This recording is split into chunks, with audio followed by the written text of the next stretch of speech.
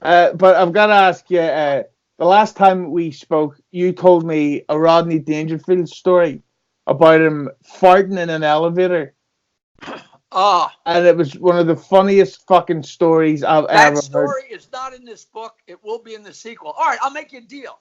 If you email me, anybody emails me and said, I heard you on Adam's podcast, I will email you the story he's talking about. You want me to tell you the story? No, I was wondering if you could tell us. Do you have any other Rodney Dangerfield stories? One of the funniest things he ever said when I only traveled with him for 2 weeks, and people call up and people tweet and say, "You're so full of crap, man. You make out like you were big pals with Rodney Dangerfield. You were only with him 2 weeks." I never said I was, but just so much happened in those 2 weeks. We had so much fun, and there's so many stories that came out of it. It's unbelievable. But we went to Fort Lauderdale at Easter time in 1980. Now, I don't know if you know anything about the United States. Fort Lauderdale in South Florida, that's where all the kids used to go spring break.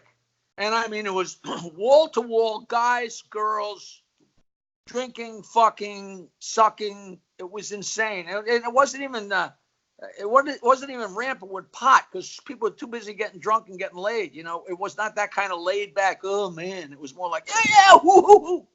And so we're in Fort Lauderdale in 1980 at Easter time, and it is packed with luscious girls in bikinis. And me and Rodney are walking. This isn't even a funny story, but it is. We're walking down the sidewalk on the edge of the beach, and everywhere you look, there were girls in bikinis, and it was not fair to your cock. It really wasn't.